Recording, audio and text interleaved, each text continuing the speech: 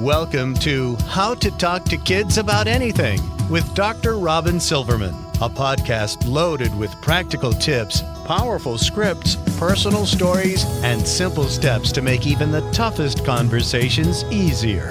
So get ready to get the information you need to make the impact you want from someone you trust, your friend, parenting expert, Dr. Robyn Silverman. Hello and welcome to How to Talk to Kids About Anything, where we give you the tips, scripts, stories, and steps to make even the toughest conversations easier. I'm so honored to be your host, Dr. Robyn Silverman, child and teen development specialist, author, and speaker, and most importantly, parent of two great kids who give me the opportunity to love, learn, and grow every single day, whether I want to or not. Believe me, I get it. It's not always easy, but we're in this together, and we have some great people helping us along the way. Now, according to the U.S. Department of Health and Human Services, approximately 1 out of 5 teens has a mental health disorder diagnosable by clinical methods, and nearly 1/3 show symptoms of depression. Now, you might be thinking, well, many teens seem depressed to me. Their moods and their emotions are all over the place. Stress is overwhelming. Yes, that can be true. Symptoms of depression in adolescents aren't always easy to identify because they often appear as normal adolescent behavior. But if we keep an eye open for consistent depressed behavior and indicators like fatigue and changes in sleep patterns, changes in eating patterns, social withdrawal, or anger, these can serve as early warning signs that can allow us to get help for our teens, as depression is absolutely treatable, but not fixable if you just leave it alone. Teens who have depression need therapy, support at home, and yes, some also need medication. There's no quick fix, and thankfully, we have Katie Hurley here to explain how, when we know that our child needs help, how we can get help, what we need to do, and how we can assist them at home, what exercises, tools we can use to help them improve their mood, their self-esteem, and their motivation. Katie Hurley, LCSW, is a child and adolescent psychotherapist, parenting expert, and writer. She is the founder of Girls Can empowerment groups for girls between the ages of 5 and 11. Hurley is the author of the Happy Kid Handbook, No More Mean Girls, both subjects we have interviewed Katie on previously on How to Talk to Kids About Anything, and a new workbook called the Depression Workbook for Teens, which I'd like to brag for my friend and colleague for a moment, is the #1 new release on Amazon for teen and young adult self-esteem and self-reliance issues. Her work can be found in the Washington Post, PBS Parents, U.S. News and World Report, among other places. She practices psychotherapy in the South Bay area of Los Angeles and earned her BA in Psychology and Women's Studies from Boston College and her MSW from the University of Pennsylvania. She splits her time between California and Connecticut with her husband and 2 children. I am so thrilled to have you back on the show again. So welcome back, Katie, to How to Talk to Kids About Anything. Thank you so much for having me back. You're one of my favorites. Oh, you're the best. And thank you so much for putting How to Talk to Kids About Anything as a parenting resource in the back of your new book. I just was reading along, like completely unbeknownst to me that it was there. So when I'm reading the resources and all of a sudden I'm like, podcast for parents, and there it is, How to Talk to Kids About Anything. I'm like, I turned to my husband. I'm like, look, this is so nice. Well, I feel like you're just, you're doing great things. You bring on so many amazing resources each episode. I love it. I think, you cover everything, which is fantastic. It's been such a joy for me. And I really feel like it's so much fun for me to be highlighting so many great people and great work. I do think of myself as the person who is presenting the entire child development pie, and all of these great colleagues just taking the deepest slices out of that pie and explaining it to parents and educators in such an applicable way and an accessible way. So I appreciate you. This new book, it's really exciting and so great for teens. But before we sort of dive in, for those who haven't yet seen this new workbook that just came out, can you tell us what gets you up in the morning and what inspired you to focus on depression and teens in this newest book?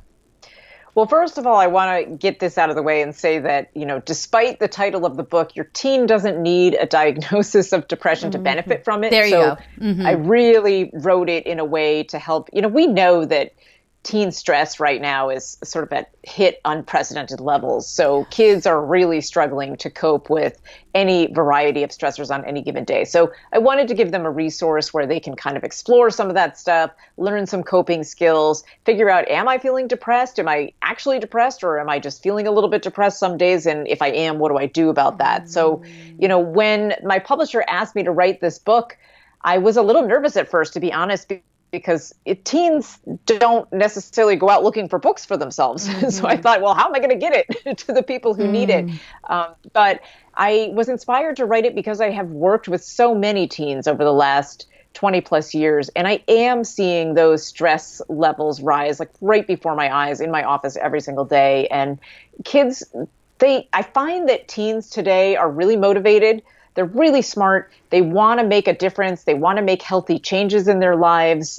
They're fighting for big things like the environment and gun sense and women's rights. And they're fighting for small things like, how do I get my life together and get to school every day and cope with all this stress that I'm dealing with? So I think they're really motivated, and they just sometimes need a little bit of guidance. And with the right guidance, we can kind of step back and let them take the wheel, and they really learn how to help themselves. I think all of what you're saying is important. I think that by telling us that, yes, it is for kids who may be clinically depressed, but also for kids who really are maybe just feeling a whole array of feelings and want to explore them and want to help to boost their self-esteem, this book is for you too. So anybody who's listening who works with teens or has teens, this might be a wonderful resource for that. And you introduce your book with some help in understanding how depression is different from normal ups and downs of teen life. And you say that depression is when feelings become so intense you feel helpless and hopeless, and clinical depression can take over your life. So for those parents and educators who are listening, can you help us understand sort of the difference between those two things? Like, what should we be looking for that's sort of alarming, or red flags that we should be looking for, versus what seems sort of normal undulations of teen life? Well, this is one of the most difficult parts about teen depression, because the teenage years are fraught with up and downs, and that's kind of normal. They go through a lot of stuff. They have a lot on their plates. Then we have the whole issue of hormones and growth and change and brain development. And it's kind of like this big giant soup of stuff happening inside their brains on any given day. And so it can be hard to weed out, well, what's just a bad day versus what's actually a problem. So, one of the hallmarks of a clinical depression is that it lasts for 2 weeks or more. So with adults, the other thing that's tricky is with adults, they always say, and the way they portray it in movies and on television, even on sort of teen television, is that depression looks like very, very, very, very sad, crying all the time, can't get out of bed. But for teenagers, a lot of times they have an incredible capacity to get themselves out of bed, but then they're really angry and irritable, and they're having these giant meltdowns and blow-ups, and they seem to come from out of nowhere, and you can't really track what exactly is going on. Well, that's the depression talking. So a lot of times we warn parents to look for irritability that lasts a long time, or that crops up daily over, 2 weeks or more. Because that's not normal. It's normal for teens to have an outburst once in a while. It's not normal to have one every single day. So we're kind of looking at duration, length of time that it's happening. And then, other red flags are, it's normal for teens to sometimes just need to check out a little bit and be on their own and hang out in their room and do their own thing. But if your teen is really isolating him or herself regularly, they're starting to reject their friends, or their friends are rejecting them for some reason, and they're completely isolated and they're not talking and they appear like they're shutting down, well, those are some pretty big red flags. I always say to parents, your kids the best. They are going to change a little bit in adolescence, but still you have to do that gut check and trust yourself. If something's not right, if something seems like something's not right, you're probably correct. And it's best to get it assessed than to wait on it and see what happens. Right. And so if we're, normally seeing our child who is an early riser, or they are, eating a certain amount, but then all of a sudden there's sort of a change that they're sleeping so much more, or they're eating so much more or so much less, whatever the norm is for your child, when it sort of changes dramatically for an extended period of time, that would be something where we would say, oh, maybe we need to get this checked out. Is that correct? Right, exactly. Okay. All right. So there are people who are listening today who are probably thinking right now, this resonates with me. Maybe this is something that I need to get checked. Or maybe they've recently said to themselves, their child is showing some of those red flags. And as a parent, you want to help, and clearly you want to do it as soon as possible. Whether your child is depressed or is seeming like they're going through something, and you say, oh, a workbook like this would be helpful. What would be the conversation that you might have with that child so that they understand what's going on with their brain and their body, and how they might be able to help themselves right now? Because it feels like, hey, here's this workbook, by the way, see you later, is probably not the best mode of getting that done. So what would you, what is the conversation we can have with our kids that show that we are understanding of them, that we want to help, and that they can get help?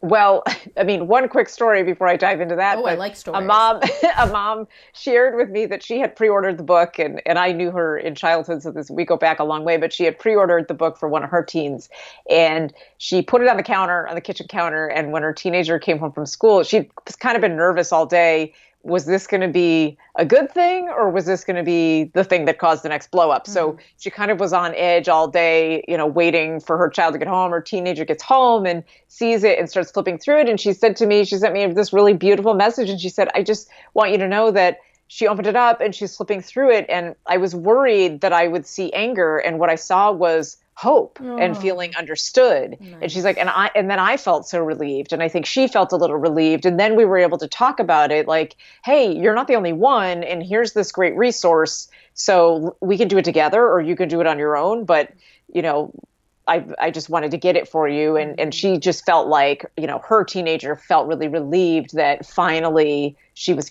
being understood. So I think, these things are hard to talk about. And because teenagers, let's be honest, we walk on eggshells around them because we don't know how they're going to respond to things. Exactly. It can always go either way, even under the best circumstances. So I think one thing to do is to really just normalize it. And we have to be better listeners than we are talkers.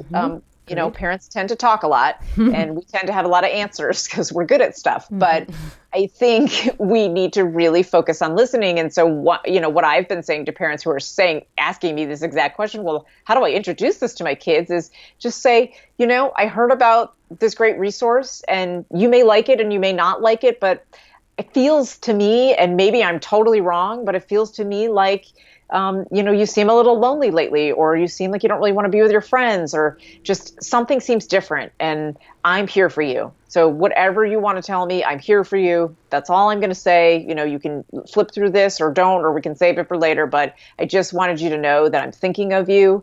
And if something's going on, I'm here to listen. And I won't even talk. I'll just sit here and listen. Mm-hmm. And sometimes that's enough to really open up the conversation. And then, in terms of talking to them about their brains and what's happening, that comes later. The first step with teenagers is we got to open that door. Sometimes it's only open a tiny crack, and we really need to widen that crack, and then we can start helping them without sticking our whole self in and going, I'm here, talk to me now. Yes, right. We always come at them at the wrong time. Exactly. They've been surviving school all day, and we're like, we've got 20 questions, and that's the worst time to, of course, to get a bunch of questions. But to be honest, sometimes they come at us the wrong time. It's like 1 o'clock in the morning, and by the way, I'm ready to talk now, or I'm divided in 3 different directions. And hey, how about now while you're cooking dinner and you're also helping somebody with their homework?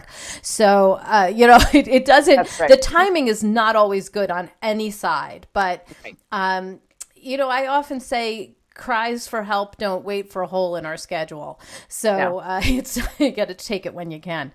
I always remember, do you remember from years ago, the drop everything and read campaign? Mm-hmm. I always think of it that way now, like drop everything and talk. Like if they're ready, then just drop everything and talk. Just leave dinner alone. And exactly. Time. So important. Yes, absolutely.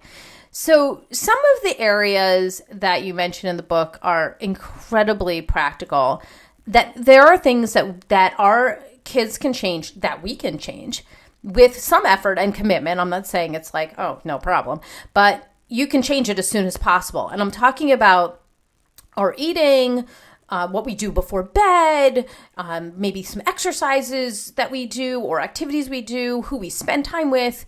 Can you talk about some of these really practical areas, what we can help our kids to be doing that can elevate their mood? And it's just simply just changing some of those key things like eating, sleeping, or activity level.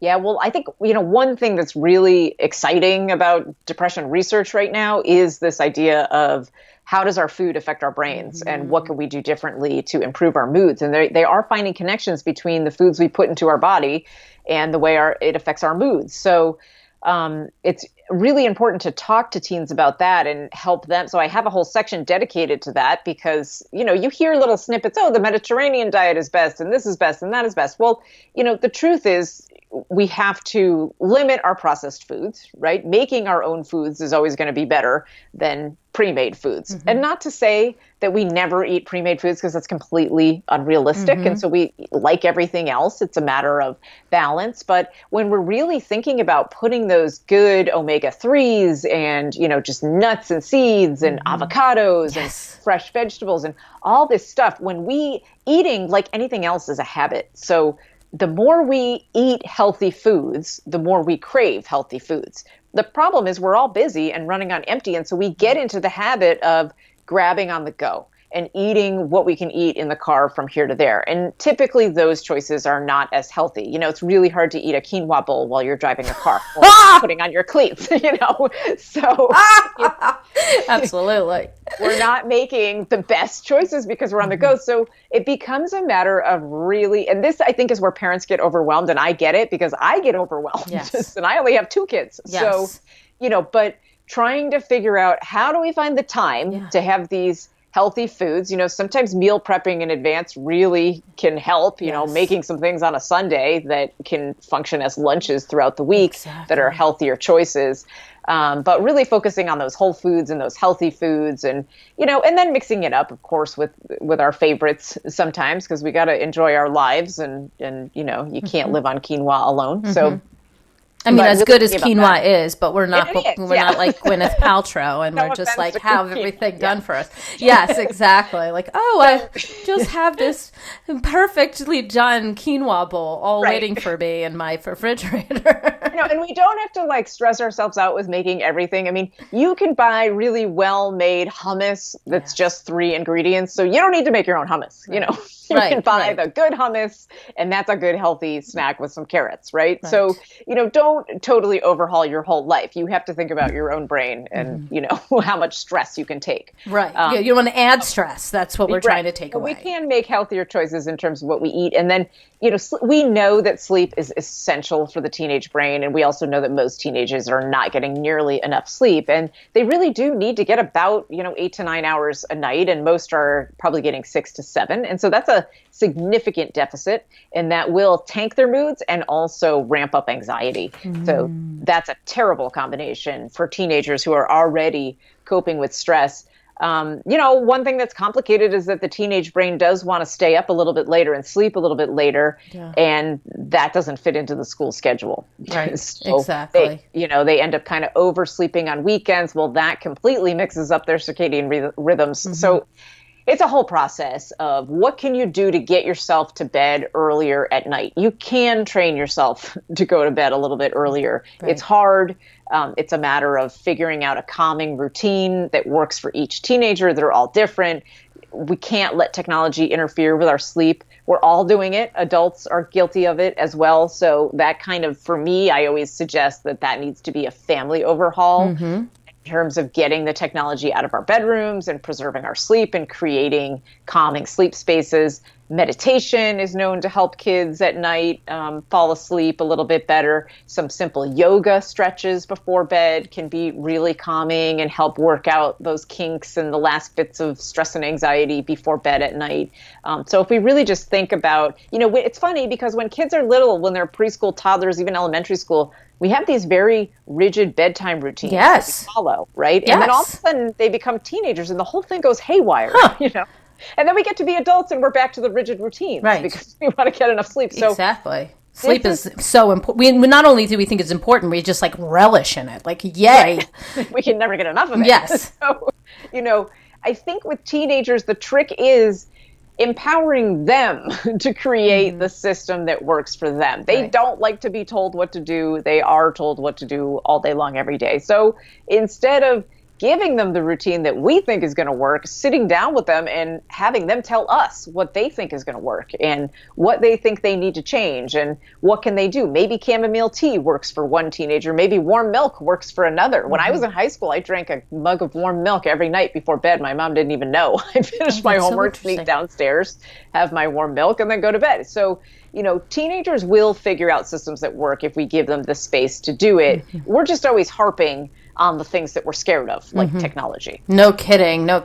But you do agree that we should have the technology out of the room. So at least we're all, that needs to get out of the room so that kids are not looking at who posted what or what they didn't post or who is messaging them about this, that, and the other thing that doesn't actually matter in the long run at 2 a.m.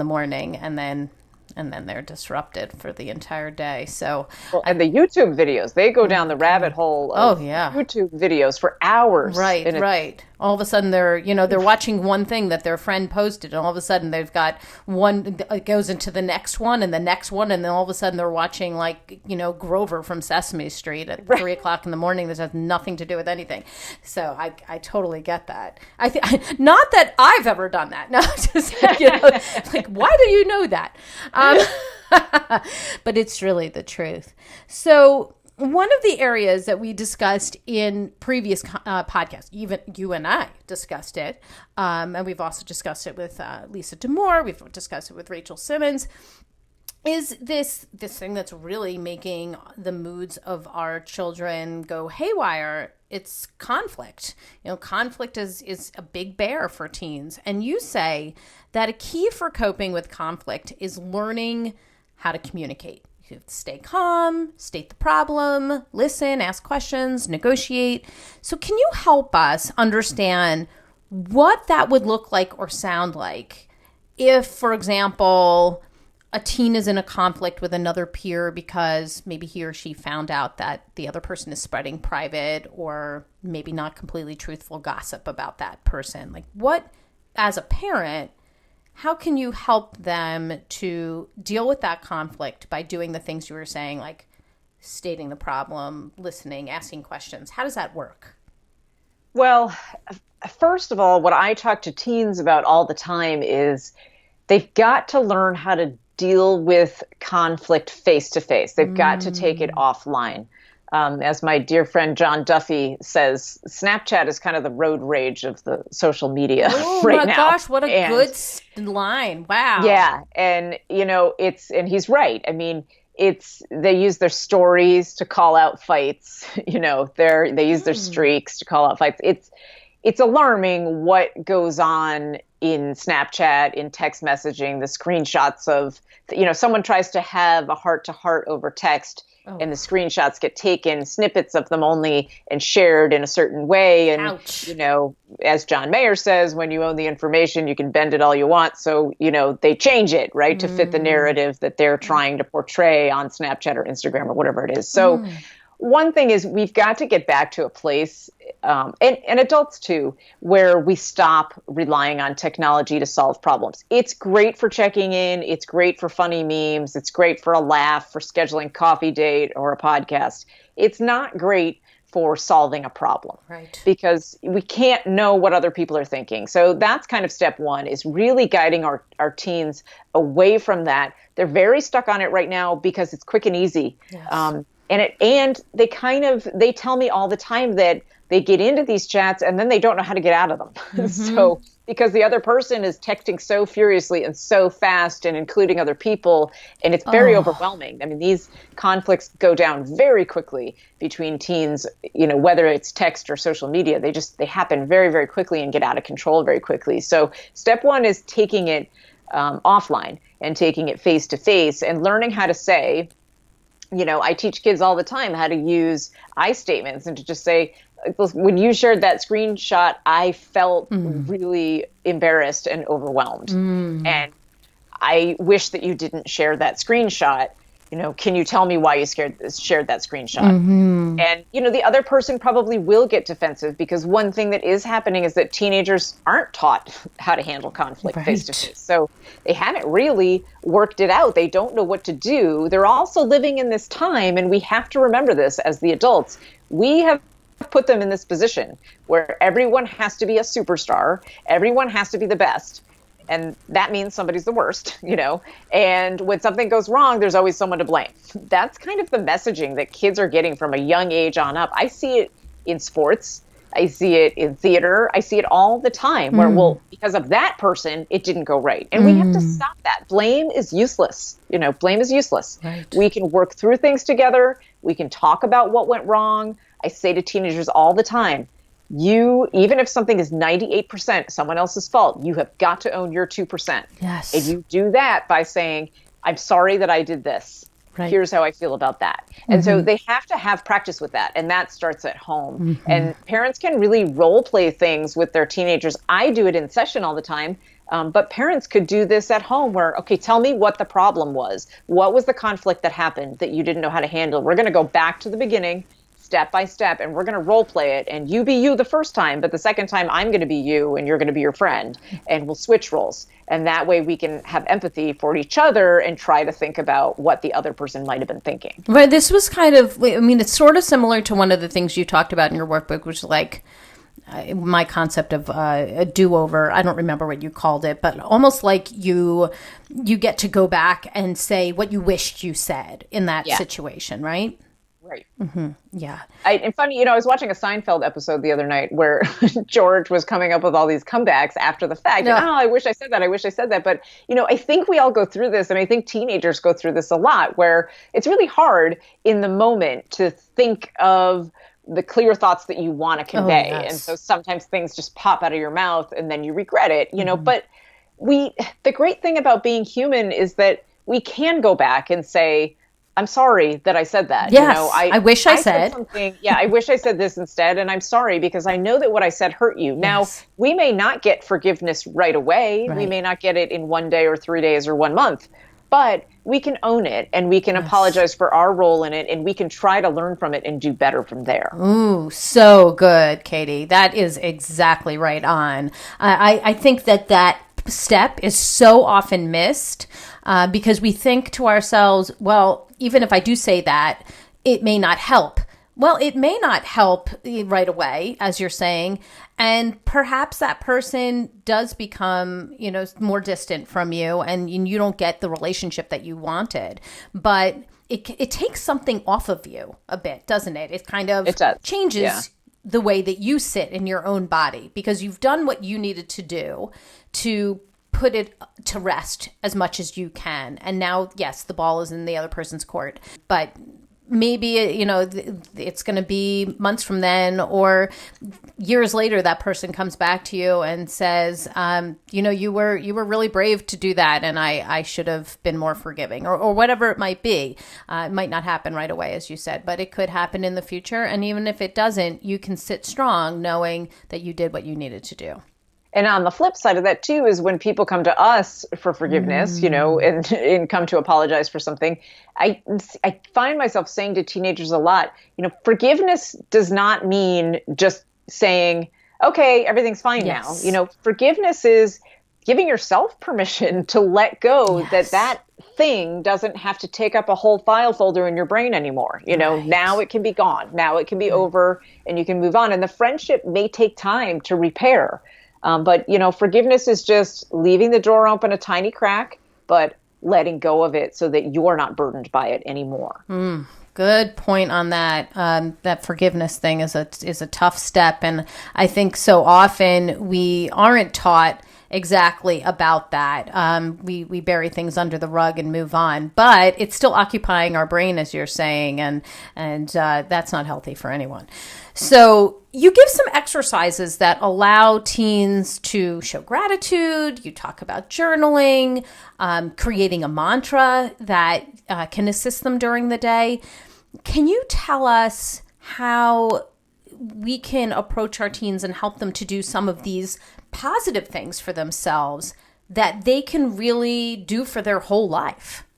Right. Well, and it's funny because one of the big reasons I did jump at the chance to write this book, and this happened even just the other day as a teen client was leaving my office. But, if you're a parent of a teen, you know that they don't always take your feedback, but often they will take someone else's, which is a frustrating part. So frustrating. You're like, a teen mom said to me the other day, I just said this to him yesterday, but because you said it, it's gold. It's genius. By the way, Katie Hurley is a genius, and mom has no idea what she's talking about. Yeah. Yes. So, and I kind of laughed and I said, I think the thing is, though, as teens are working toward individuation, it's good for them to have other adults they can trust and that they can check in with for information and get good, solid information and strategies. So that's one of the reasons I put these things into a book, because parents can hand it off and say, hey, talk to me about what you're learning in it, but you teach me. Right. But it is, we know research shows that gratitude is really important in terms of our mental health and happiness and just feeling calm and good. And often it gets overlooked. I always joke that we do this weird thing in the United States where we're always super grateful in November because of Thanksgiving. And then the rest of the year, we're like, I'm really stressed out. Yes. Right. We have you see those people on Facebook, each day is devoted to being grateful to something. Yes. And it's great, but it's like, but what about the other 11 months? Yes. Because, Good point.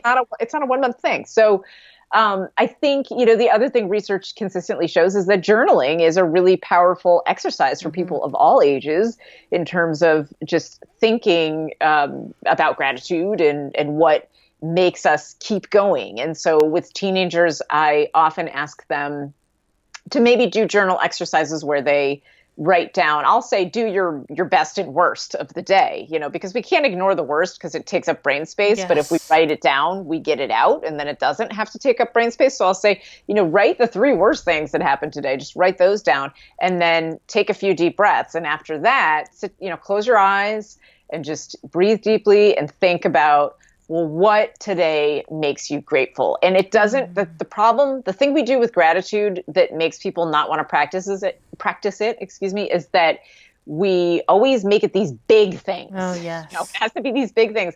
You know what? You are allowed to be grateful for a Hershey's Kiss that tastes really good today. Yes. I would be grateful for that right now. Right. That sounds good. We have to teach young people that you can be grateful for the small little things, the butterfly that flew by your face and made you stop and think for a second. Just those are the things, those little small moments add up to big feelings of gratitude over time. So those are the things we want to kind of check in with. Yeah. And, in terms of mantras, I do it all the time for myself. And so teenagers always they roll their eyes at me at first when I talk about it, but then we'll joke and we'll come up with absurd mantras that don't make any sense. But then we'll kind of talk about what's your tagline? Have a tagline that makes you feel good about yourself, or you can conquer the day, or, whatever. Doing the best I can. Yeah, I can handle whatever comes my way today. I got this, it can be simple things, and, put it in your profile on Instagram, make it your thing, have a tagline that helps inspire you as you get through the day. And sometimes it's just thinking about those little lines that remind us that, right now is hard. This moment is really, really hard. But I've been through hard things before, and I can get through hard things again. Oh, I mean, I feel that in my body, and I just love that so much. And for those people who are listening who have younger kids, it's a great thing to start early because they're not going to be quite as sassy about it, right? I mean, they can really grab onto a mantra and say some pretty, profound things, and that could help take a ride through the teenage years a little bit easier. But of course, that can change over time as well. So you don't have to wait till the teen years to create that mantra. That's something we could do right away, and I love that.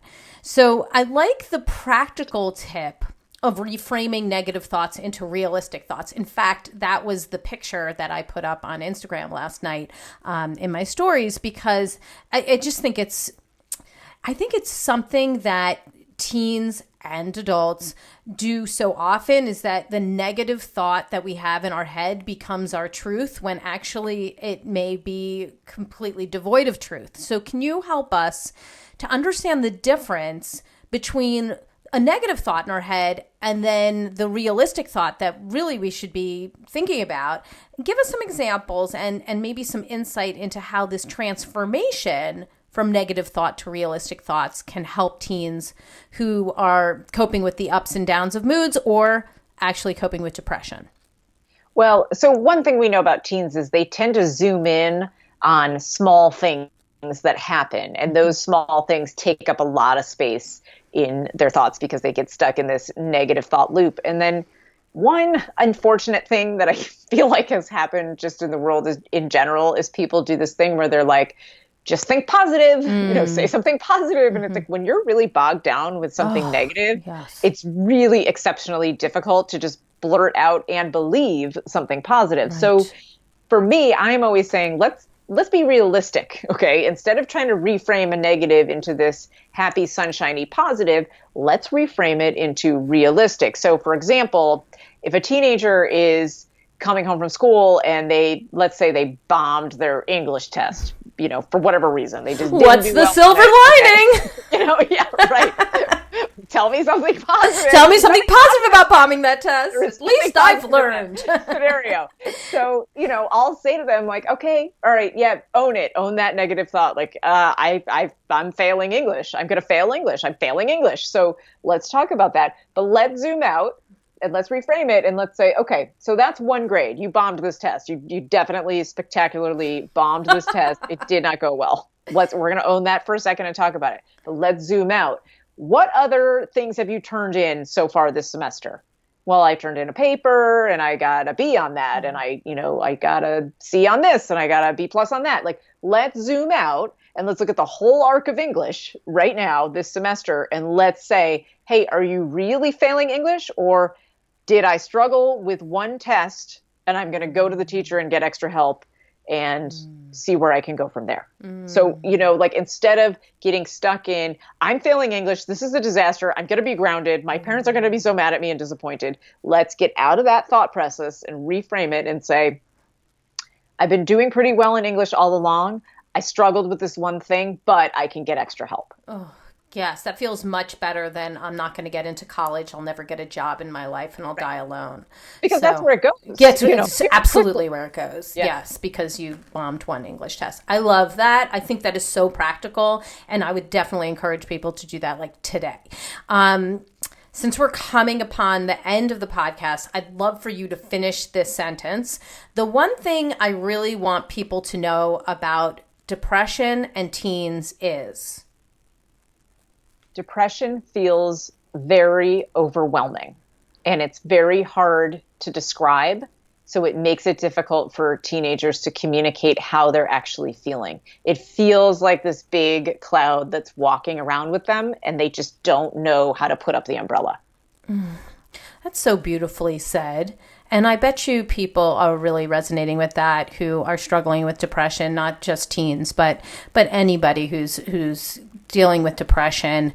And I do love that what you're saying through this workbook and through this podcast is that we are happy to be your umbrella. Like we are there to help you. and to help you put up your umbrella, to help you put an umbrella up for you while you're dealing with this stuff so that you can get the help you need, because everybody is worthy of getting some help. And while their kids are pushing us away, and it feels like teens can be so angry and frustrated and sad, and you might feel like you just don't know what to do, they can get help, and depression can get better.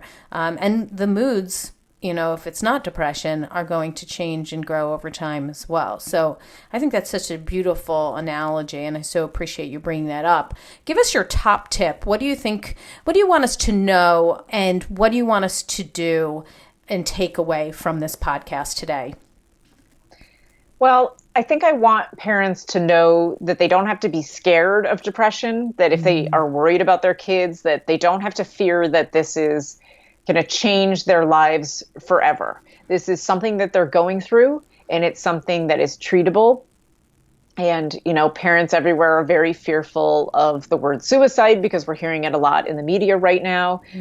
But suicide is preventable. And so help is out there. And I think, the other thing I want them to know is that we are living in a time where we're constantly being told, because of media coverage of things like helicopter parenting and all the other words they come up with, we're constantly being told, back off, leave them be, let them figure things out. And so the message that the teens are getting is, you got to figure this out on your own. But everybody needs help sometimes. So, don't be afraid to step under the cloud with your teen and put up the umbrella for them. Eventually they'll learn how to do it alone. But right now they can't, and they do need you, and that's okay. This is a time when you should step in and be there to hold it up for them until they climb out and figure it out. So if you feel, after listening to this podcast and reading your workbook, that your child is depressed, clinically depressed, what would you want somebody who's listening in today to do right away? I would want them to call their primary care physician right away and say, I'd like to bring my son or daughter in for an extra checkup, evaluation, and talk about this and get some resources.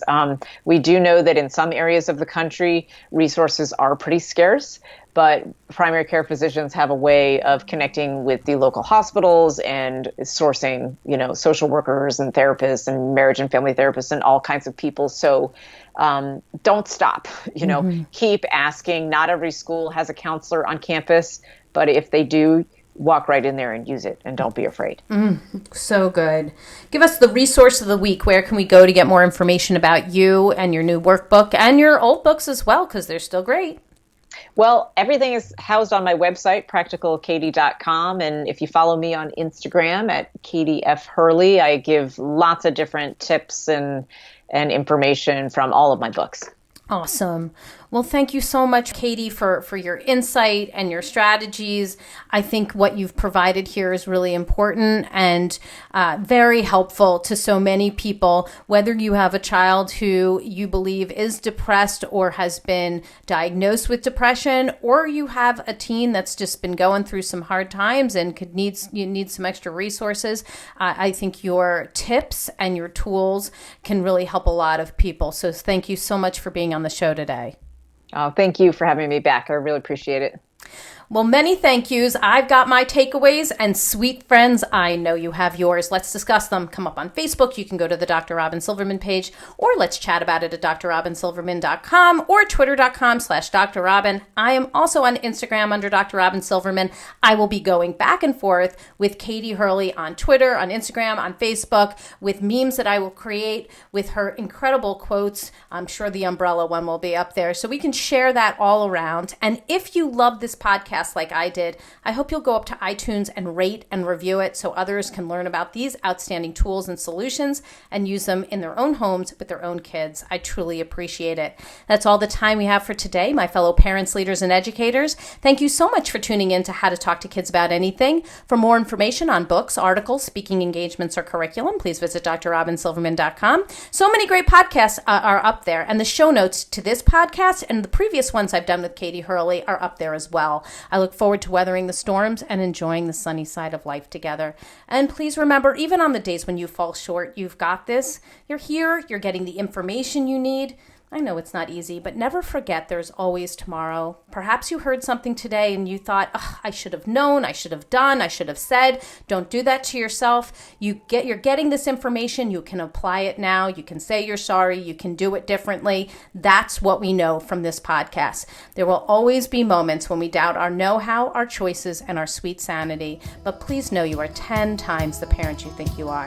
Until next time, this is Dr. Robyn Silverman with How to Talk to Kids About Anything. Please tune in again and keep connecting through conversation. See you next week. You've been listening to How to Talk to Kids About Anything with Dr. Robyn Silverman. For more information on books, articles, speaking engagements, or curriculum, please visit drrobynsilverman.com.